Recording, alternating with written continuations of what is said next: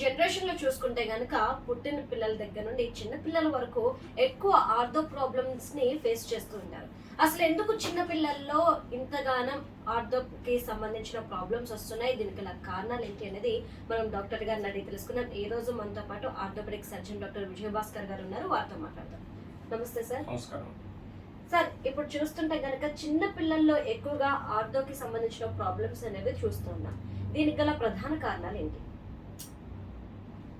2 factors అండి. ఒకటి congenital disorders, రెండోది అక్వైర్డ్ డిజార్డర్స్. కంజెంటల్ అంటే పుట్టుకతోటి ఫీటస్లో వచ్చే సమస్యలు. అక్వైర్డ్ అంటే గ్రోత్ ఫ్యాక్టర్స్ ఎఫెక్ట్ చేయడం, న్యూట్రిషనల్ ఎఫెక్ట్ చేయడం. తర్వాత అక్వైర్డ్లో ఇంజురీస్, ఫ్రాక్చర్స్, ఇన్ఫెక్షన్స్, ట్యూమర్స్, ఇలా ఎన్నో మనకు సమస్యలు ఉన్నాయి.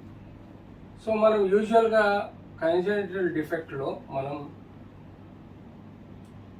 హిప్ డిస్లొకేషన్ చూడవచ్చు. కామన్గా కంజెంటల్ డిస్లొకేషన్ అంటే బాల్ జారిపోతుంది, సబ్లక్సేషన్ పొజిషన్ ఉంటుంది. అది మనం అంటే వెరీ రేర్ అయినా కూడా చిల్డ్రన్స్ పుట్టుకతో వచ్చే సమస్యలు మనం చూస్తాం. అంతేకాకుండా ఫుట్లో కూడా కొన్ని డిఫార్మిటీస్ ఉంటాయి. ఫుట్లో ఇన్నర్ సైడ్ రొటేట్ అయి ఉంటుంది, దాన్ని మనము క్లబ్ ఫుట్ అంటాం. పిల్లలలో ఫీటస్ కడుపులో ఉన్నప్పుడు కొన్ని అన్టువర్డ్స్ ప్రెషర్స్ వలన ఫుట్ యొక్క కండరాలు ఒక సైడ్ యాక్టివ్, ఒక సైడ్ రిలాక్స్ ఉండటం వలన ఫుట్ లోపలికి ఇమిడిపోయి ఒక డిఫార్మిటీ, దాన్ని సిటీవీఆర్ క్లబ్ ఫుట్ అని అంటాం.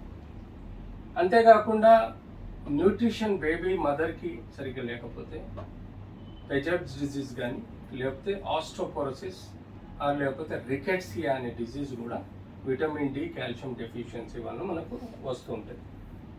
సో ఈ సమస్యలలో మనం ఎక్కువగా తెలుసుకోవాల్సింది పిల్లలలో ఇది చూడండి, పాదం. ఇది మనకు పాదం ఇట్లా మోకాలు ఇలా వంగిపోయినప్పుడు ఎప్పుడైతే చూస్తామో ఈ వంగిన డిఫార్మిటీ న్యూట్రిషనల్ డెఫిషియన్సీ వలన బోలెక్స్ అంటాం. అంటే విటమిన్ డి, కాల్షియం తక్కువ ఉన్నప్పుడు వాళ్ళకి ఈ నీలో డిఫెక్ట్, డిఫార్మిటీ వచ్చినప్పుడు దాన్ని rickettsia or vitamin D deficiency problems తోటి ఈ డిఫార్మిటీ వస్తుంది. వాళ్ళని ఎండలో కొంత సమయం చల్లని సూర్యరశ్మి కింద ఎక్స్పోజర్ చేసి సఫిషియెంట్గా మనం ఓరల్గా విటమిన్ డి, కాల్షియం ఇస్తే ఇది కరెక్టబుల్ డిసీజెస్. సో ఆబ్వియస్గా ఫుట్లో కూడా మనం ఎన్నో డిఫార్మిటీస్ చూస్తూ ఉంటాం. దీన్ని సిటీవీ క్లబ్ ఫుట్ అంటాం. చూడండి, పాదం కంప్లీట్లీ లోపలికి వెళ్ళిపోయింది. వికలాంగులలో నెగ్లెక్ట్ చేయటం వల్ల ఇప్పటికీ 30-40 సంవత్సరాల వయసు వచ్చినా కూడా ఈ డిఫార్మిటీ గురించి వారు పట్టించుకోరు.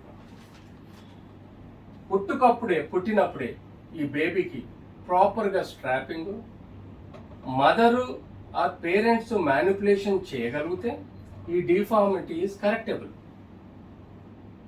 లేకపోతే తర్వాత ఆర్థోపెడిక్ సర్జన్తో ప్రాపర్గా న్యూట్రల్ పొజిషన్లో పెట్టి స్ట్రాపింగ్ చేయడం, పిఓపి ప్లాస్టర్ వేయడం చేయగలుగుతాం.